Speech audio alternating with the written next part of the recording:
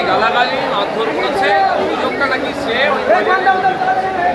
অভিযোগের সত্যতা প্রমাণিত হওয়ার জন্য কে প্রমাণ করবে? প্রমাণ করবে প্রশাসন।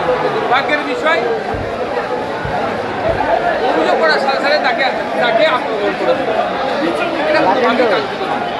আমরা চাই যদি আমরা যদি এই ধরনের আমরা নিজের ইচ্ছায় আইন হাতে তুলে নিই তাহলে আমাদের ক্ষতি হয়ে যাবে। আমার বাড়িতে কেউ চোর করেছে, আমি চোরকে ধরি, পিঠে যদি মেরে দিয়ে এটা উচিত হবে? আইন আলাদা ধরে নিলাম সরকারের খাতে ধরে নিলাম কিন্তু তার জন্য তাকে ওইরকমভাবে মারধর করা গেলে তাকে প্রপার ফর্মে দিয়ে তার অভিযোগ করে তাকে অ্যারেস্ট করে তাকে শাস্তি ব্যবস্থা তা না করে আইন হাতে তুলে নিয়ে যে বাহাদুরি দেখাচ্ছে এটা মোটেও কোনো।